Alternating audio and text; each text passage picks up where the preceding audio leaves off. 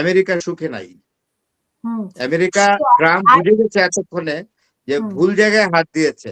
আর যেটা বলছে আমেরিকা এবং ইসরায়েলের একটা এজাম্পশন ছিল যে তারা 2 সপ্তাহ 3 সপ্তাহ বড় জোর হলে 4 সপ্তাহের মধ্যে তারা ক্লোজ করবে যুদ্ধ, এর মধ্যে ইরানকে একদম প্রধানত করবে। এটা সম্ভব না, এটা তারা বুঝে গেছে সম্ভব না।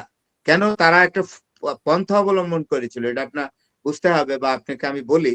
সেটা হলো এই আমেরিকা এবং ইসরায়েল একটা ডিসিশন নিয়েছে অ্যাটাকের ব্যাপারে, যে তারা র্যাকলেস এয়ার স্ট্রাইকিং করবে ইরানের ভূখণ্ডের উপরে, মূল ভূখণ্ডের উপরে। যেমন বিভিন্ন সিটি গুলো আছে, তেহরান আছে, তাবরিজ আছে, তার ইস্পাহান আছে, হ্যাঁ, এইসব শহরগুলোতে, হ্যাঁ, সিরাজ আছে, নিশাপুর আছে, তাই না? এইসব বন্দর নগরী আছে, যেটা, হ্যাঁ, বন্দর আব্বাস, সেখানে তারা র্যাকলেস এয়ার স্ট্রাইকিং করবে আমেরিকা এবং ইসরায়েল। এয়ার স্ট্রাইকিং করলে তখন ইরানিরা খুব নরম হয়ে যাবে। কিন্তু সমস্যাটা হলো অন্য জায়গায়।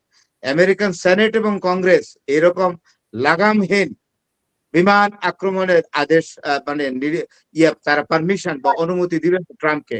কারণ এখানে যদি এরকম রেকলেস এয়ার স্ট্রাইকিং বা বিমান হামলা করে, তাহলে অনেক নিরীহ লোক মারা যাবে।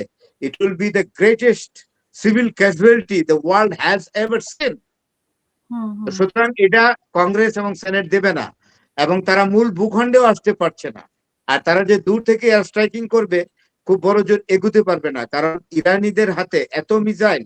এখন বোঝা গেল যে আগে বলা হয়েছিল ৩,৫০০, এখন শুনলাম যে ৫,০০০-এর উপরে মিসাইল আছে, সুপারসনিক, হাইপারসনিক, তারপর আরেকটা আপ টু ডেট মিসাইল আছে, যেটা এটার নামটা এখনো বলতেছে না। সেই জন্য Iran is very confident to launch any attack at least within 1,000 mile exactly on American spot or Israeli spot, no doubt about it. আইআরজিসির প্রধান উনি বলেছে যে যুক্তরাষ্ট্র এবং ইসরায়েলের জন্য একের পর এক নরকের দরজা খুলবে, মানে উনি সতর্ক করে দিয়ে বলছেন। আমি আপনাকে বলি, যুদ্ধটা ইরানের যে যুদ্ধটা, ইরান যে আমেরিকাকে প্রতিহত করছে যুদ্ধে, ইরান যে আমেরিকা এবং ইসরায়েলকে ডিফেন্ড করছে যুদ্ধে, এই যুদ্ধ কিন্তু আর রাজনৈতিক নেতৃবৃন্দের হাতে নাই। যেদিন খামেনি সর্বোচ্চ নেতা ইরানের মারা গেলেন, সেই দিন থেকে টোটাল যুদ্ধের কন্ট্রোল চলে গেছে আইআরজিসির কাছে, বুঝতে পেরেছেন? আইআরজিসির কাছে। এবং এই কমান্ড একক না, তারা কমান্ড ভাগ করে নিয়েছে, যার ফলে এখন যুদ্ধটা কিন্তু আসছে আর্মির হাতে, অর্থাৎ ডিফেন্স সেকশনের কাছে চলে আসছে যুদ্ধ পলিটিক্যাল লিডারদের আর ডিসিশন মেকিং এ নাই। এখন আসছে মিলিটারি লিডার্সরা এখন ডিসিশন দিচ্ছে, আইআরজিসির লিডাররা। এই জন্যই বলছে এই যুদ্ধ সহজে আর থামবে না, এটা ভাগে ভাগে যুদ্ধটা হচ্ছে। রাইট, যুক্তরাষ্ট্র হয়তো চিন্তা করে নাই যে ইরানের এতটা সক্ষমতা এবং এতদিন কন্টিনিউ করতে পারবে। এক্স্যাক্টলি। আমি তো মনে করি যে আমেরিকার ইন্টেলিজেন্স ফেল করেছে, এবং আইআরজিসি যে এত ভাগে বিভক্ত হয়ে তারা বিভিন্ন ভাবে আক্রমণ করবে বেপরোয়া, সেটা জানে না। এবং তারা জানে না যে যুদ্ধের নেতৃত্বটা পলিটিক্যাল লিডারশিপ থেকে চলে আসবে ইয়াতে। এখন তো তারা আয়াতুল্লাহ আলী খামিনিকে মেরে বুমেরাং হয়েছে। আয়াতুল্লাহ খামিনি থাকলে যেটা হতো পলিটিক্যাল নেতৃত্ব, রাজনৈতিক নেতৃত্বের হাতে যুদ্ধটা থাকতো, এখন চলে গেছে ইরানিয়ান আর্মির হাতে, অর্থাৎ আইআরজিসির লিডারদের হাতে।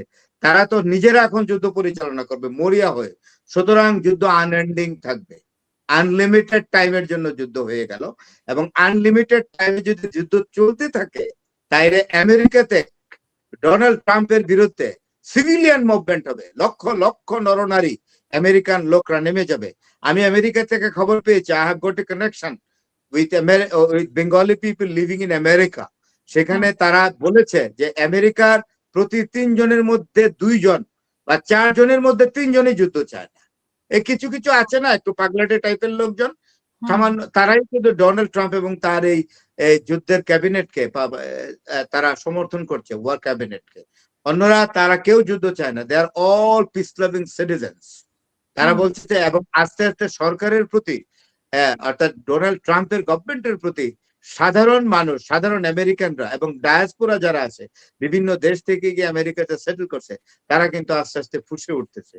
তারা কিন্তু তারা ফুসে উঠছে, এবং within a very short time they will exactly demonstrate on the street vehemently, recklessly and without any sort of apprehension.